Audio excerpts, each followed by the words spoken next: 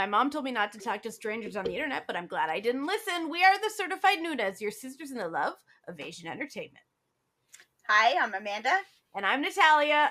And we're back for vacation, but it's still just the two of us. Listen, life do be crazy. Life do be crazy. Life be lifin'. I am sick, so if I sound weird, I'm sick. Don't worry about it. But hopefully soon we can reunite with more than just Amanda and I. We can reunite soon, I'm sure. My fingers are crossed. But anyway, today it is time once again for our monthly roundup of things we have watched in the past month. That's right, this is what we're watching episode, and that's what we do at the last episode of every month. We just tell you shows that we watched, and if we like them. It's pretty simple. We do 2 main shows we want to tell you about, and then we do a quick roundup at the end. So that's what we're gonna do. That's what we're gonna do. And Amanda, I do believe you're gonna start us off. So, what is a show you been watching? I just picked up the 2017 drama Naked Fireman. So Kokua just uploaded it onto Kokua, and I was like, oh. Yeah, I think it was on Vicky. To watch that. And then it was like there was like back and forth. Yeah. Yeah, and I feel like this was one of those ones that when it first came out, it wasn't platformed anywhere initially, and then it got like I know it was on Vicky at some point. Yeah, yeah, I know it's back and forth. Yeah, been around, but it was sort of like I was on Kokua like scrolling, and they were like, "Hey," and I was like, "All right, why not? Today's the day, I guess." It's not exactly what I was expecting, which, if you just read the description and look at the poster, it's exactly what I should have been expecting. But I remember the trailers for it being a little bit lighter and more rom-com-y. It's doing a little bit of the suspicious partner situation, right? Where you think you're getting a little bit more of the rom, and you're getting not as much of that. There's definitely a romantic angle to it, but like it is less rom-com and more Alfred Hitchcock, which is not a bad thing, but it definitely has a bit of an Alfred Hitchcock vibe, like, woman watching from the window behind a curtain kind of situation. Like, it's got a lot of that kind of vibe to it. The basic premise is our female lead 10 years ago caught two kids, teenagers. She was in middle school. She caught 2 teenagers breaking into her family home. She chased one of them down. She saw an oddly shaped burn mark on his back before he escaped. Later that night or that week or that month, sometime later, somebody wearing the same school uniform broke into her house, stabbed her parents to death, and set the house on fire. Ooh, very dramatic.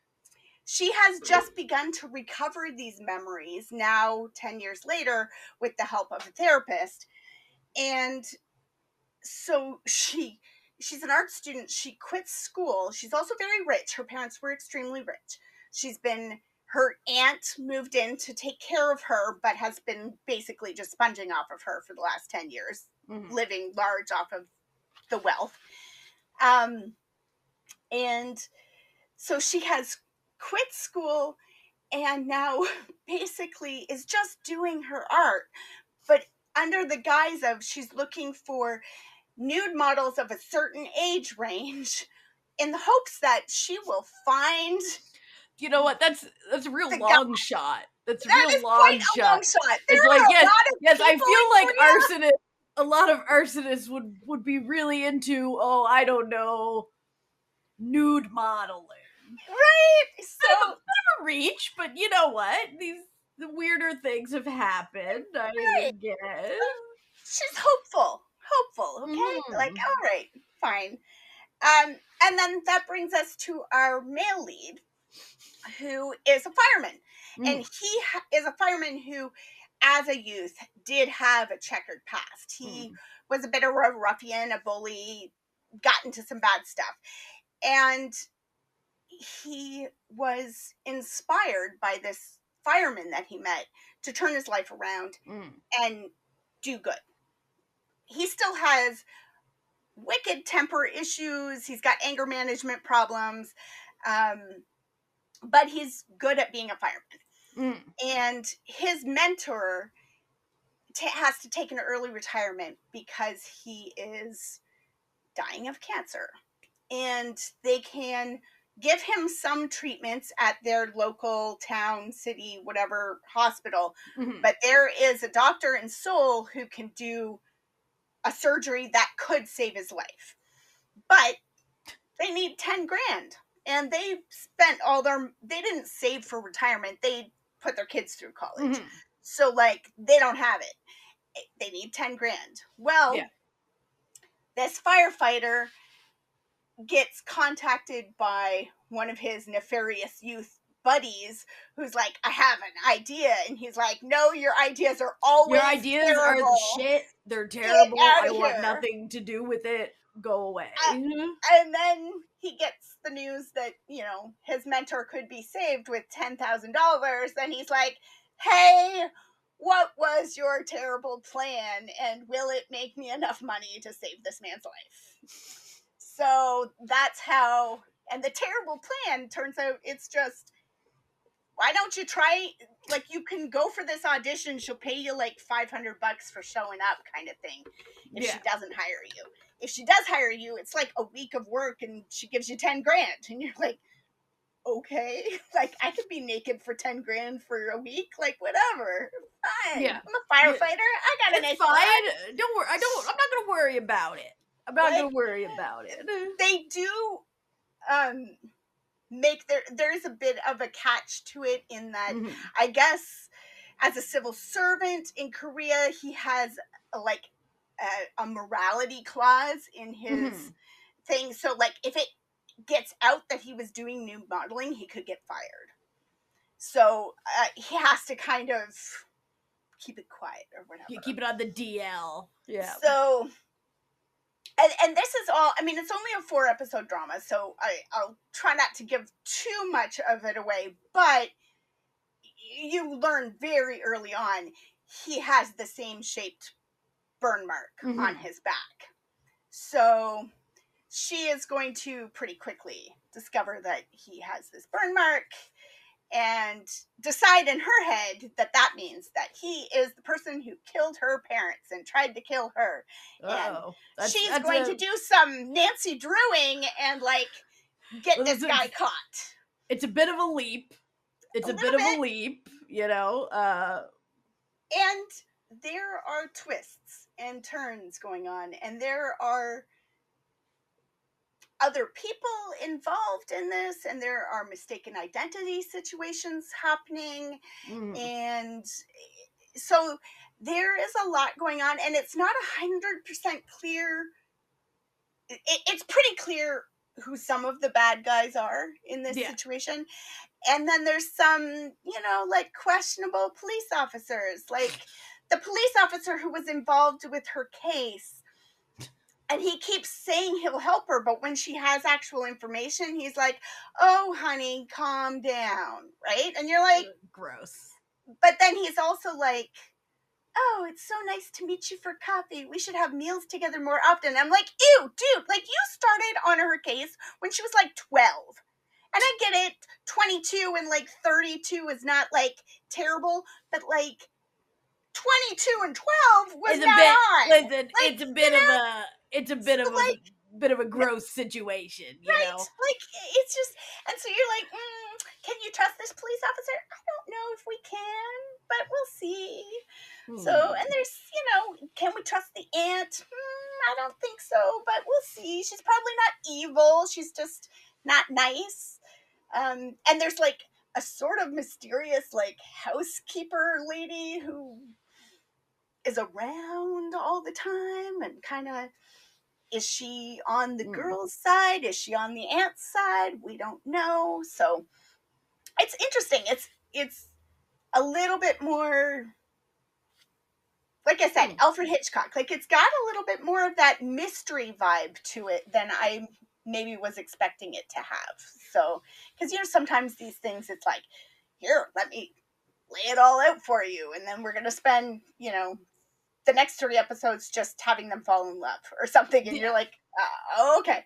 But it doesn't look like that's exactly where we're going to go. So I'm enjoying it so far. It's a shorter drama, eh? Like it's only 4 episodes. Yeah. So it's like it was like a mini series or whatever. Yeah. It's a little time filler. Something to, waste a little time on, Exactly. And maybe I'll actually get it completed. I feel like I haven't been completing dramas this year, so this is something maybe I can, get off my list and have completed it. Yeah. So, yeah. Oh, nice. Listen, I've been a little stressed about the world. Fair. And I haven't been watching as much as I normally would. However, I did watch in pretty much I didn't watch it the day it dropped, but the week after. I did it in one day. I watched all of Weak Hero Class 2. Nice. Now, people know I am a big fan of Weak Hero Class 1. I recommended it to Jessie during one of our drama exchanges, and she liked it too. And season 2, I will say, it feels a little bit more like, yes, this is from a webtoon than season 1 did. However, these are my caveats before, I get into the recommendations. It is incredibly violent. Okay? It is incredibly violent. So if you are not into that, if that is something that you cannot handle, I do not recommend the Weak Hero series. And it's not like Study Group was violent, but it was fun. Mm-hmm. This is like the other, like the dark side of the coin. You know what I mean? Like, gotcha. This is the other way Study Group could have gone, which is this isn't funny. These are fundamentally broken people doing awful things to one another. So it basically starts almost like pretty much where the last one left off, where the main character from the first one, Sian, played by Park Ji-hoon, who's incredible in both seasons, has been transferred to just the world's shittiest school, because no other schools want him due to the events that happened in season 1. You kind of understand why he ended up at this shitty school. But listen, I gotta say, all this kid wants is to be left alone and to graduate. Those are he's not starting shit. Okay? But he'll finish it. But okay, listen. So basically he then unfortunately gets tangled up with like a new gang and all this. Well, he's just trying to mind his business. And he makes some new friends against his will. He has friends he is made into a friend. But then, of course, because he is who he is, he cannot just not help. You know what I mean? Like, you always see like the resignation, and then the pen comes out. If you know from season 1, like where there's that joke where it's like, if you see like an old man in a fight, run. Like, you're not gonna beat this old man. Like, this, right. If you see him take the pen out and start clicking, get the fuck out of Dodge. You know what I mean? Right. And this is what I sort of love about this show and this series, is that, unlike in Study Group, where the main character was like a fighting phenomenon, Sian's not even that good at fighting. Like, he's not a trained fighter. He's just insane. So it's like, he will do any dirty trick. He will do any, like, he is not a trained fighter, which means you never know what he's actually about to do, which makes him an incredibly risky person to fight. Like, He will stab you. He will rub salt in wounds. He will throw dirt in your eyes. He will do anything. And it's just like, y'all, you gotta leave this man alone. You know what I mean? But anyway, it's really the second season. I liked the first season more. Okay. I'll be honest. But the second season was very good. It was very entertaining. I had a really good time watching it. It's all on Netflix. The first season is pretty much everywhere. Yeah. I think like every streaming service on Mhm. earth seems to have Weak Hero Class 1. It also, listen, you know, I saw someone, so one of the villains, there's like tiers of villain in these, you know, like there's always like a worse villain. Okay, and there's a very fun cameo that I don't want to spoil of like that I was like, oh shit, we doing this, okay.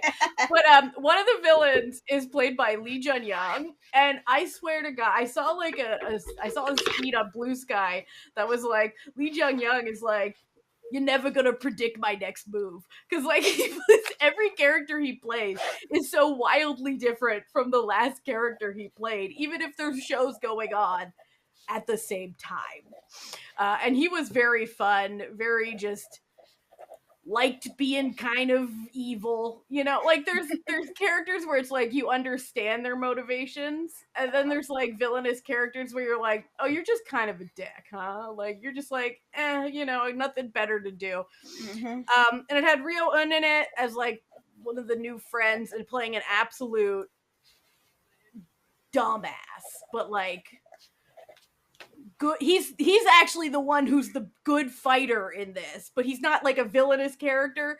He's like the new fighter friend that he's like, the Sion's like, I don't want to be your friend, and he's like, well, too late, I've adopted you, we're best friends. And like the story actually really focuses around him and another guy that you meet, and it's really quite good. Like I thought it was well acted.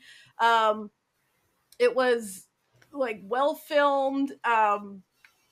So, not that there would be any reason why you would have to, but if for some reason you wanted to just jump in and watch season 2, does it essentially stand alone, or like is there a lot of stuff It's you need very to know? okay. It's like from it does sort of like give you a little primer as to what happened in season 1, but like you don't understand if you don't watch season 1. His character, you're like, why is he this way? Right. And it's like, because, you know, like I don't want to say too much about what he does in his spare time, but it does involve things that happened in season 1.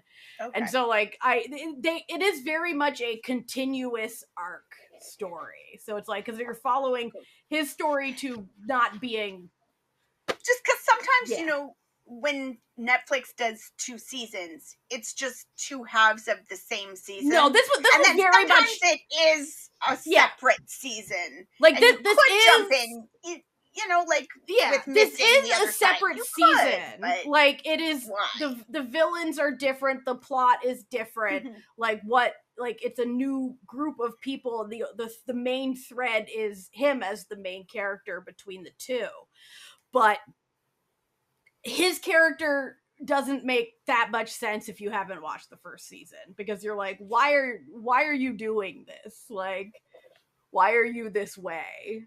And you don't really understand that unless, and it's like, why is your mom this way to you?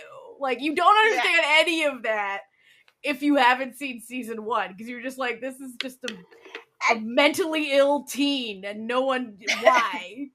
And like you said, the first season is everywhere, so there's no real reason why you would and I feel like jump in on season 2 without watching season 1, but I just wondered if it was like, watch season 1 anyway, because I do think season 1 goes a bit more on the violence than season 2. Like, their season 2 is very violent, don't get me wrong, but it feels less visceral in season 2 in a lot of ways than season 1 did. But it is still very much not a comedy. It is very much a dark, violent drama.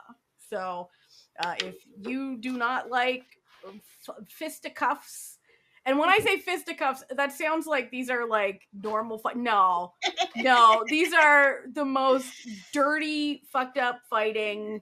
People will be stabbed. Blood will be going places. I'm not like, they're not ripping off people's limbs or anything, but like heads do be slammed into walls. That's the sort of, energy. It's not like Kill Bill level of like gratuitous, stupid violence, but like it is very violent. So like keep that in mind if you are going to check it out. It is rated R for violence. So like, the rating systems exist for a reason. You get what you get. Yeah. Exactly. So it's like, you can't be upset that you press play on an R-rated show to discover it was rated R. Some people do. I never understand that. I'm like, the ratings, like, you can find it. They tell you they even tell you what it's for. Like, what it's like, if it says, rated such for such, like, contains such. They, you can't get too bad about it. But I really loved it. I gave it a 9 out of 10. I thought it was fantastic. Awesome. I think I gave the original maybe a 9.5 out of 10. I don't quite remember. I did give it a 9.5 out of 10, so I liked it just a little bit less than the first season. But anyway, what else have you been watching? My sister and I started watching Potato Lab this week. I watched Potato Lab last week. Did you? Yes! It's cute. It's cute. So far, it's cute. I sort of, as we started up, I was like, this is giving me kind of Brewing Love vibes. Like, it's got that same sort of I liked it a little better. Yeah, I liked it a little better, though. Yeah. I heard that from a few people that they liked it better. So, like, I'm hopeful. So the premise for people who haven't watched it or looked into it at all is this woman works in the country for a food company. She works at the Potato Lab, where they work on making sure they're growing the best kinds of potatoes to turn into like potato chips or whatever, right? And her company gets bought out by another big conglomerate company, and so it's questionable whether they're going to still have jobs and all this kind of stuff.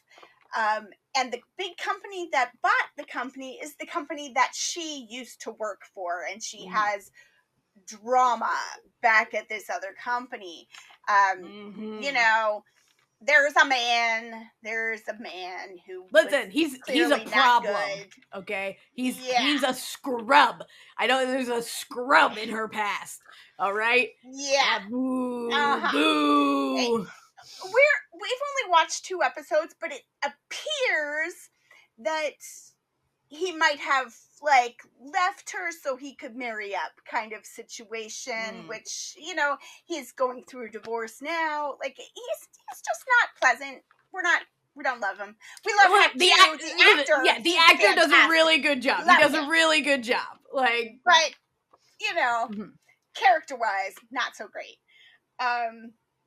And then there is Kang Tae-oh from Surprise, is the boss who gets sent to come sort of whip them into shape, make them organizationally stronger and whatever. And so you get that, city boy in the country nonsense, man in a 3-piece suit riding in the back of the dusty truck scenes and all that kind of stuff. And it's good fun. It's amusing.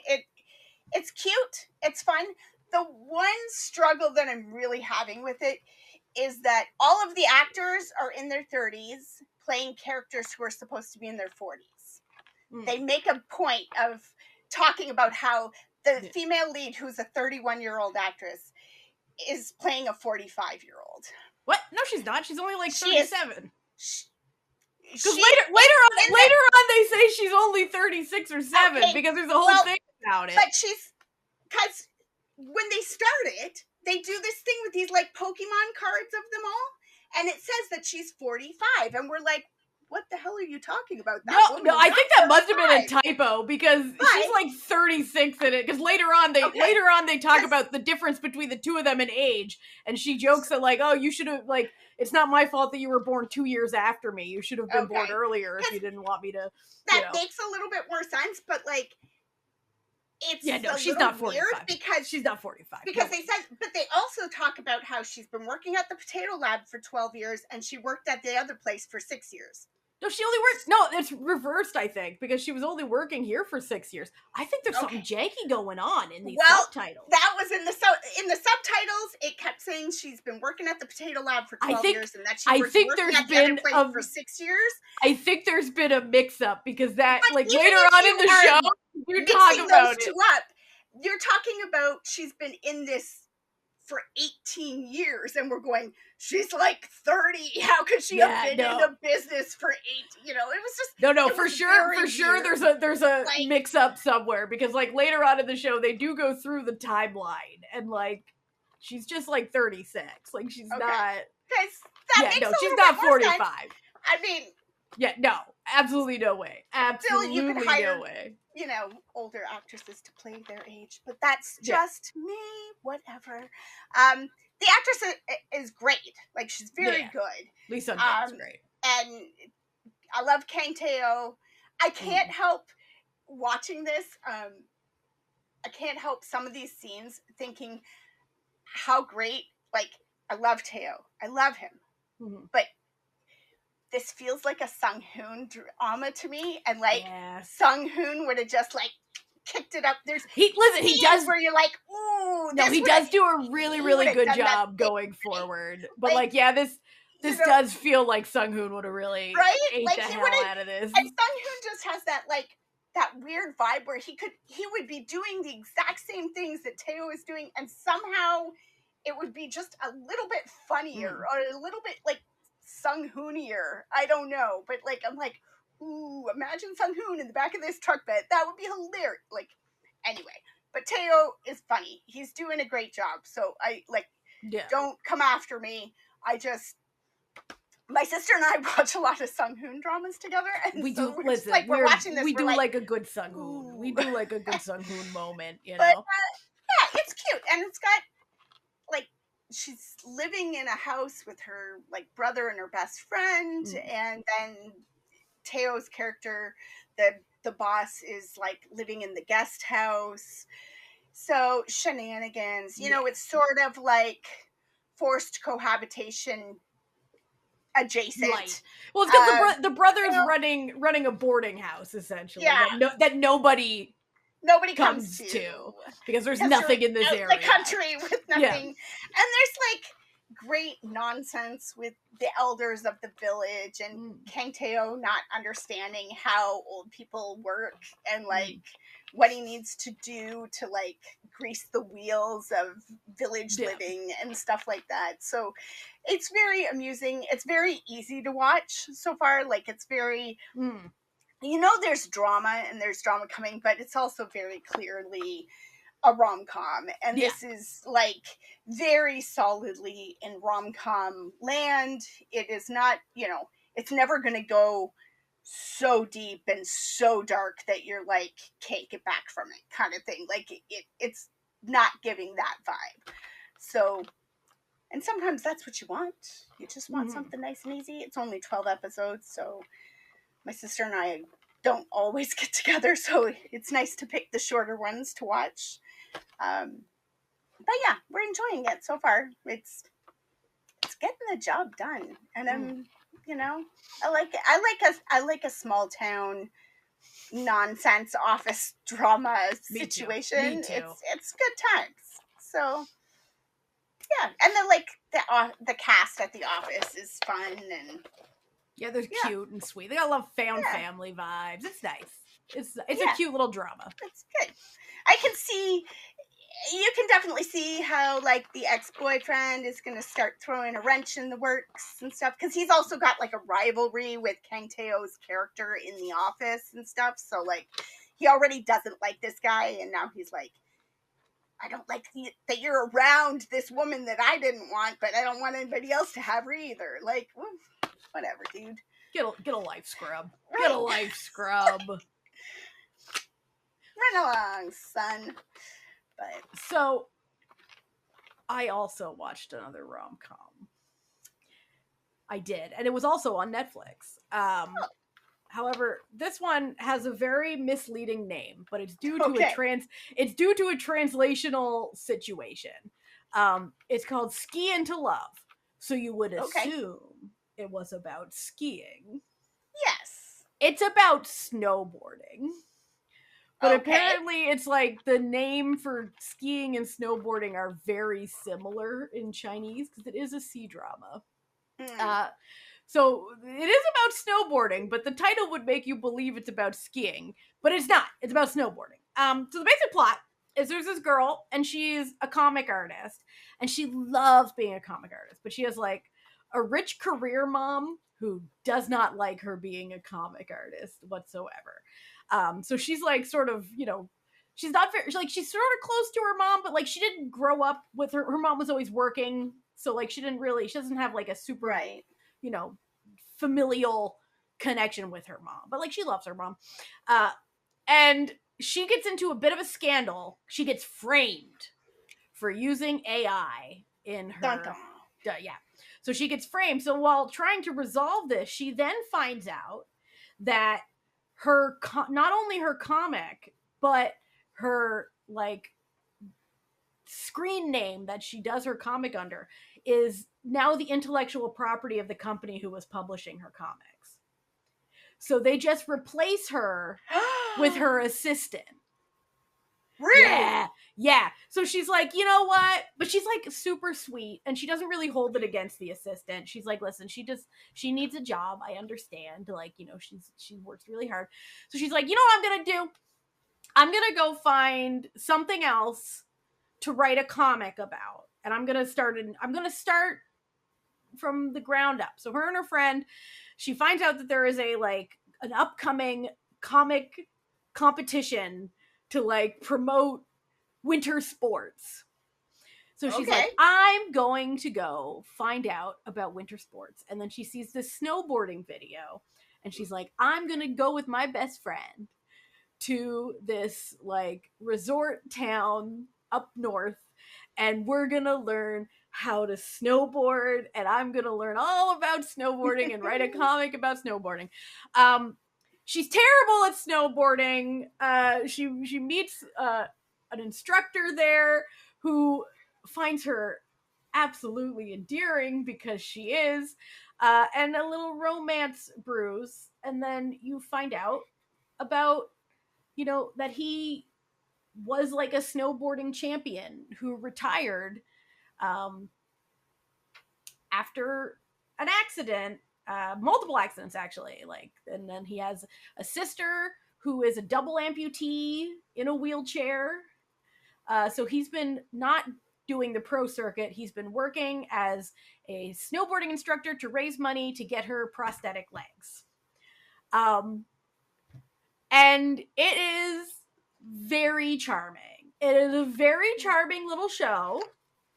The poster on my drama list really makes it seem like you're about to watch a wildly different show than what you're watching. I just went to look it up and I was like, what is this? Is this not skiing? What? I know. The poster for some reason. Either. No, it looks like some sort of royalty situation. Yeah, but it stars Esther Yu and Lin Yi. Lin Yi was in Everybody Loves Me. He's delightful. Yeah. And Esther Yu, like a demon and fairy. She's in a lot of things. She is so fucking funny in this. Like, she is so funny. Not just because like she just is. Like she's cute and bubbly. She's playing a cute bubbly. And the reason is because like she just naturally has a very high-pitched voice, so she always gets cast in these sort of like bubbly, silly characters. Yeah. Because like I get it. But when I tell you, every single scene, she comes in wearing the most outlandish hair accessories. Like, if it's not a silly hat, she has like a silly headband or silly earmuffs or some like three like crazy fascinator or like I was roaring at these hats. I'm just like, this is like her character. Like, I feel like she was doing like writing out her character and being like, yes, my character just really loves fun hair stuff. anyway, it's really endearing. Lots of snowboarding competitions because like she like is like, you should get back into snowboarding, and then it turns out that his sister is an aspiring comic artist, so they start working together on this snowboarding comic. She tries to get the band back together with her old assistants who lost the job. Like the best friend has a little bit of romance with another snowboarder. The best friend has a brother who's a doctor, whom the main girl's mom wants her to marry. Of course. But he's also really nice. Like, it's just like, listen, everyone is Love like it. kind of nice in this. It was just a really nice little thing. It was 23 episodes, for like 40-minute episodes. It's on Netflix, and I think it's also on Viki and Youku. So like it's easy to watch. Find it. Very chill. The stakes were not super high. I was very impressed with the like disability inclusion situations. Like, they actually like show how they involve his sister who's in a wheelchair in things. Like, it's awesome. Really, I was wildly surprised. Nice. It's really nice. I really enjoyed it. I gave it an 8.5. I thought it was good. Nice. And I think a lot of people would like it. Check if it was, because a few years ago I watched that drama called Skate Into Love, so I wondered if it was like connected, but it's not at all. No, like, it's based on a novel, yeah. And I went to look like even to see if like the director was the same. No, but like this director, like, have you looked at the stuff? No, I haven't. This is the same director who did Everyone Loves Me, Hidden Love, so just Squid. Like, Mr. Bad, almost History all 3, of the histories. History 3s. Oh shit! Okay, you know what? Listen. She did like, banger after banger after banger. Right? Like, are you kidding me? All right. History 2, History 3, go. Like, all right, man. All right. Overachiever here. Chill. Yeah, Gia Lee, you need to calm down. Except for don't, because we want you to keep. No, we want more. Please. No. I really enjoyed it. I think a lot of people would really like this. Oh yeah, I'm definitely putting that on my list. Yeah, because you like the sports, and I love easy sell. I'm like, okay, easy sell, easy sell. And I like a 20 to 23 episode C-drama rom-com. Like the 18 to 24 is like a really nice range, right? It doesn't feel like it drags too much. It moves at like a nice pace. I was saying to somebody else, with a C-drama rom-com, if it is more than that, like 24 episodes, they're gonna get into some kind of stupid office nonsense. If it's not like a historical. If it's not a historical or like a fantasy or something, like, okay, we're about to be pulled along on, we're about to be taken for a ride. You know what I mean? But yeah, no, I really enjoyed this one, so I think a lot of people would like it. Cool. That's what I was looking for. And that brings us to the speed round. So Amanda, what are a few other things you've been watching real quick? My sister and I finished Missing the Other Side season 2. Mm-hmm. Fantastic. We loved it. I don't know if there's going to be a season 3. I haven't heard anything, but they definitely end it in such a way that they are very clearly putting out into the universe that they are open to a third season. In the last 15 minutes of the last episode, they did a whole twistaroo around the crime that they were solving over the 12 episodes. Like, they flipped that on its head in the last 15 minutes. You were like, what?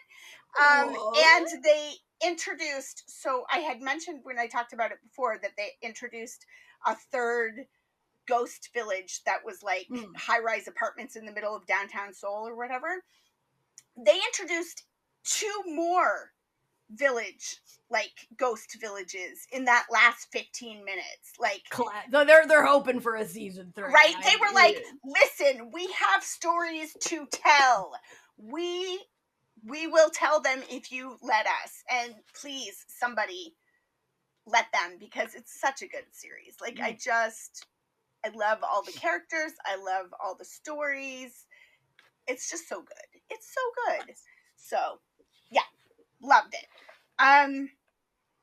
My son and I have gotten back into One Piece. We had sort of like let it simmer Last for a while because like it's so long. You need some breaks. It's so you know long. you need a few breaks here. And like we were in the Whole Cake Island arc, and it just is so long. Like it's so long, and you're like, okay, and it's a musical. Like they keep bursting into song for weird reasons, and you're just like, okay, we're ready for something new. You're like, oh no, where are we going with this? Right? Where are we going? So we're into Wano now, which is new and interesting. And I mean, I know it's still going to be like another 400 episodes or whatever, but like right now, it feels fresh and exciting.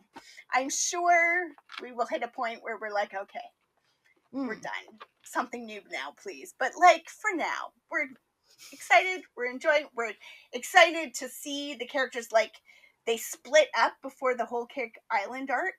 So there's like half the crew you haven't seen for like 200-300 episodes. So like they're back. We get to see people again, and it's like, hey, like one of them shows up, and my son goes, "Oh yeah, he's in this." I forgot about that guy. Forgot about that guy. Cool. So yeah, so we're enjoying that. We're still watching Windbreaker season 2. It's a little less. The first few episodes of season 2 are still like very fighty high school stuff, and then it takes a little bit of a turn into like depression. They introduce a transgender character, and like this person's life, they use they thems, and like it's interesting. Like, but my son's like, what? Where's the fighting? Like, what are we doing? But we had like sort of a whole, we're the personality arc. Right? Don't worry about it. And then it kind of they go to this new character that gets introduced and that you've spent a couple episodes with, sort of, hey, come see me perform downtown. And then they get there, and then they get into fisticuffs with, gangs and stuff. So it's like, okay, we're getting back into fighty fisticuffs are times. Woo! Fighty times. So don't worry about it. We were a little concerned because, like, there was like one female character in the first season who runs this like cafe and is sort of set up as like the romantic lead for the main character, and like she wasn't in the first like 3 or 4 episodes, and we're like, this isn't going to be one of those things where they retcon like that whole cafe situation. No, she's back. We're like, woohoo, okay, cool, like good. All of our favorites are back again, and we're fighting and having fun. So they're still searching for that One Piece. Yeah. The One Piece was the friends we made along with. And then other than that, I'm watching Reacher with my husband, season 3. We're taking it slow because I get anxious because Reacher do be doing. He do be reaching. He be for reaching. For guns to shoot people. I'm very unfamiliar with Reacher. All I know is that the main dude is huge, but also is like super progressive, and so like he'll meet like these people who assume he's like his character, and he's like, nah, that ain't it. Sorry. He's well, and partially because he's also the actor is very vocal Christian, so people expect you're fighty and a Christian, you must wear a red hat. No, actually the other direction. I go the other direction, actually. At all. Other direction. Thank you. Thank you. He's a good dude. And the show is wild. My husband and I love to laugh about it though, because like the whole premise is this guy is like, he's a hobo. Like he just wanders with his wallet and his toothbrush and no bag of clothes, nothing, right? The man is like 6'3" and 300 pounds of muscle. And my husband is 6'6" and like 250, something like. He's like, where is this man finding clothes? Where's he finding a big and tall in the middle of nowhere? He walks into a thrift store and finds jeans that fit. He buys a jacket in the thrift store. It gets like shot up and he goes back in and finds another one that fits. No, that's not how that works. There aren't that many giants giving their clothes to thrift. No. Let's not play this game. But it is very fun to watch. It's very, it is very violent. Very, very violent. And one of the things that makes me anxious is that sometimes the good people die. Yeah. So, like, nobody's safe. There's, like, 2 characters that you know are safe. And everybody else could just be dead before the end of the season. You just don't know. So, like, it makes me a little anxious. So sometimes I'm like, he'll be like, you want to watch an episode? And I'm like, no, not today. I'm good. I don't have that in me tonight. So actually, no, I don't think I will. So, and when I'm in the mood for something different, I'm watching Leverage. So, nice. Which is, heisty shenanigans. A-team type shenanigans, but more heisty. Those are both on Prime, eh? Yeah, they are.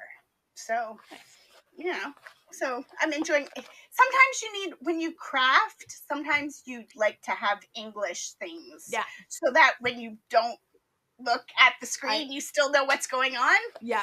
I was rewatching X-Men Days of Future Past while I did nails the other day. So yeah, I do the same thing.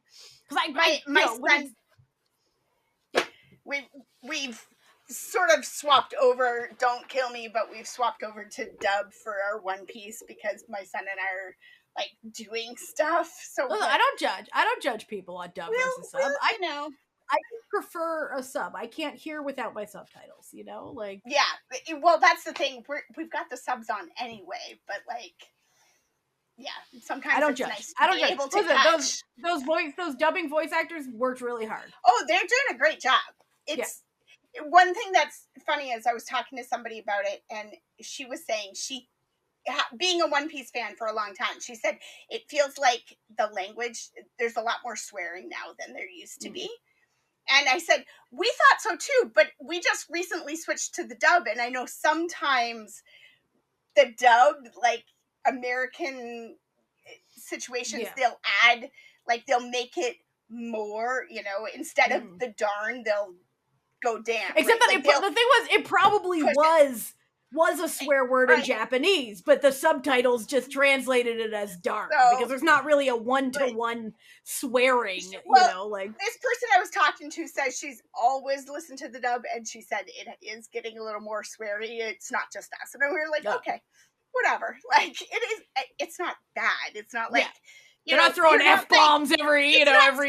Like Quentin Tarantino stuff going on here. It's just sort of like, oh, okay, like, all right, wasn't expecting that to come out of that person's mouth, but all right, well, we'll keep going. So, but sometimes you need an English dub. Exactly. These things happen. Something mindless that you can just put on in the background while you do something else. Just be happy. Yeah, exactly. I watch a lot of Drawfee videos when I'm doing stuff. Big shout out to Drawfee. Big Drawfee fan. You should check them out on YouTube. I'll link, that's the other one that I've been watching a lot of Smosh videos. Yeah. So. I think you might, I don't know if you'd be into Drawfee as much as I am, but because like it's a lot of like, they reference a lot of nerdy things that I was into, but we'll talk about Pokemon and Digimon and Ace Attorney, things like that. I like watching Smosh because it's a lot of like board games and stuff. They'll do like board games and trivia games and stuff, but they're like all completely unhinged, so it's hilarious to watch. Yeah, Drawfee is, they take their tagline is we take your dumb ideas and make even dumber drawings. So basically like people will give them like a prompt, like like use this like random character generator and then draw the character that it describes. Like it's that sort of thing, or like draw like a new evolution for a Pokemon, like just stuff stuff like that. It's very fun. And every year they do like a charity stream in June for the Trans Lifeline, so that's coming up on the 7th. So they're good people. You know how Right. when you can tell, like, oh, these are good people, not in like a Mhm. parasocial sort of way, like they do good things for people. So Nice. it's very fun.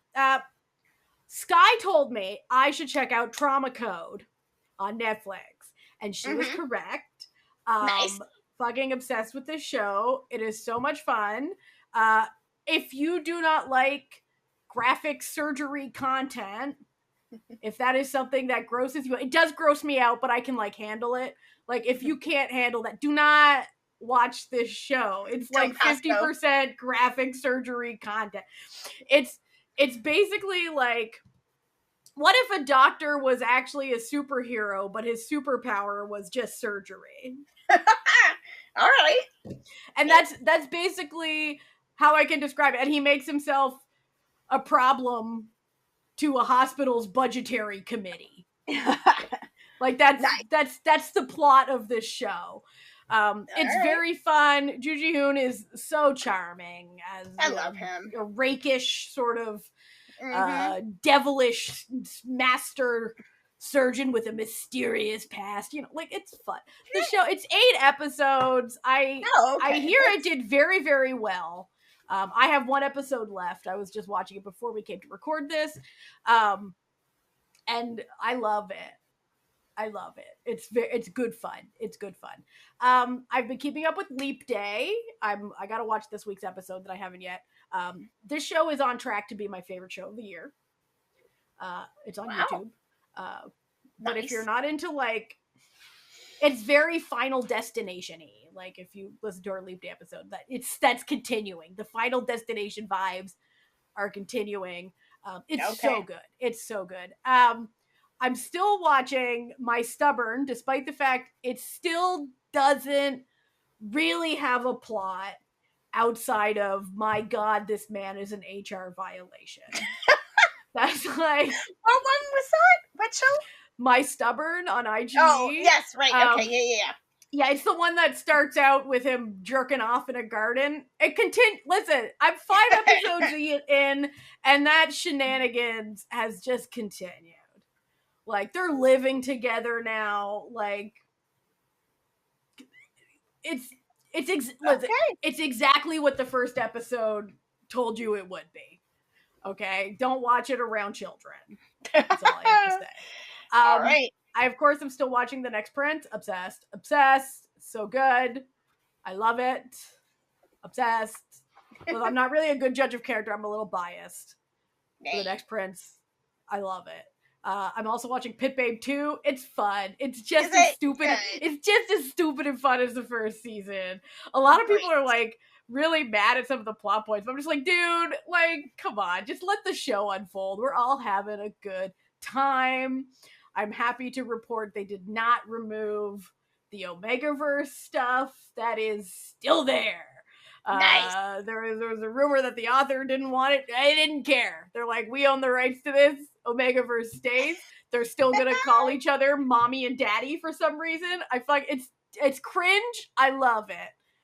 It's Wonderful. so cringe. It's so silly. Vroom vroom, gay vroom vroom show. I love it.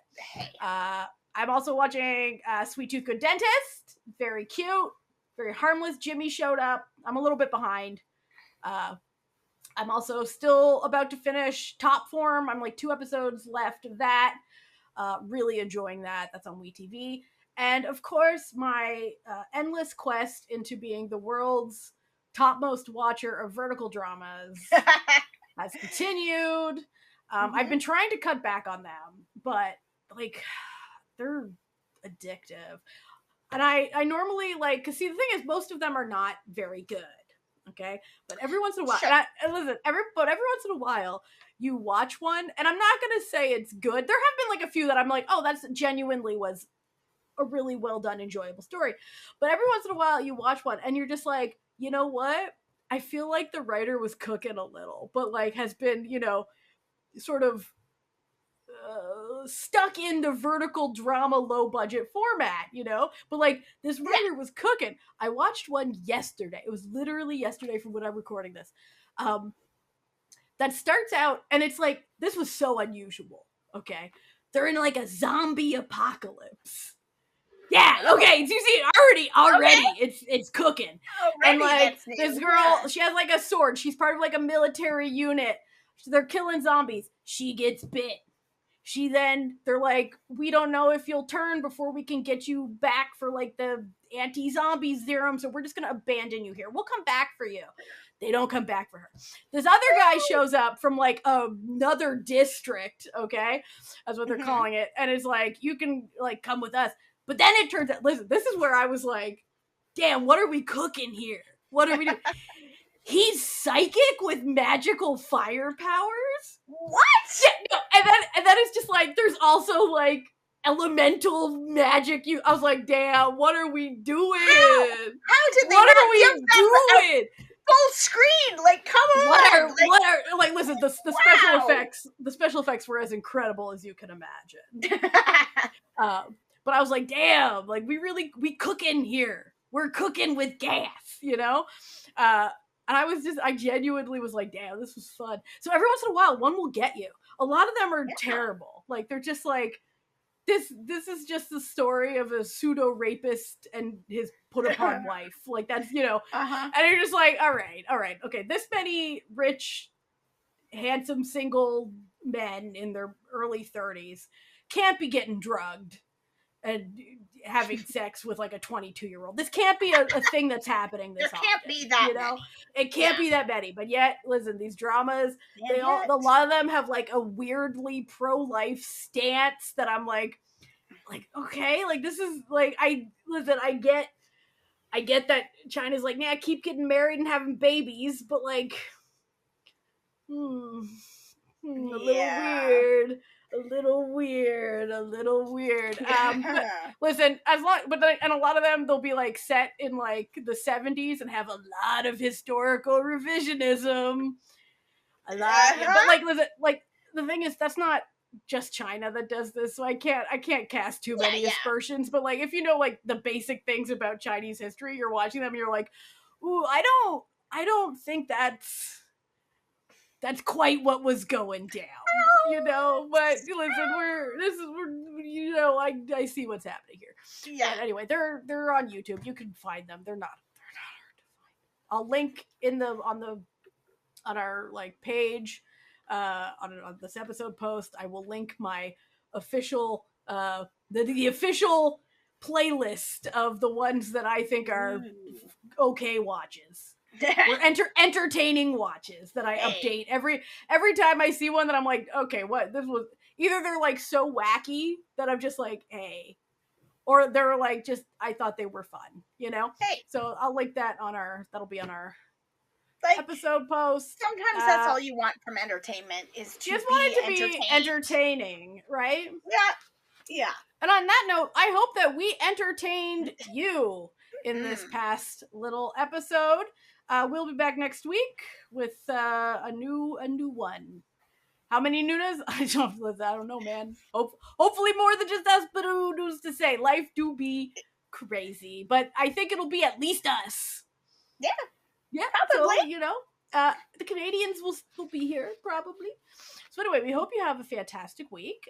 You can find us wherever podcasts can be found. We're also if you want to do audio, it's like Spotify, Apple iTunes, all those places.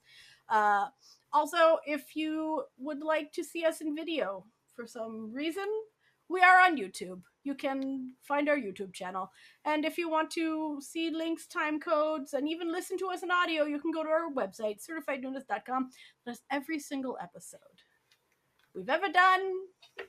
You can listen to there.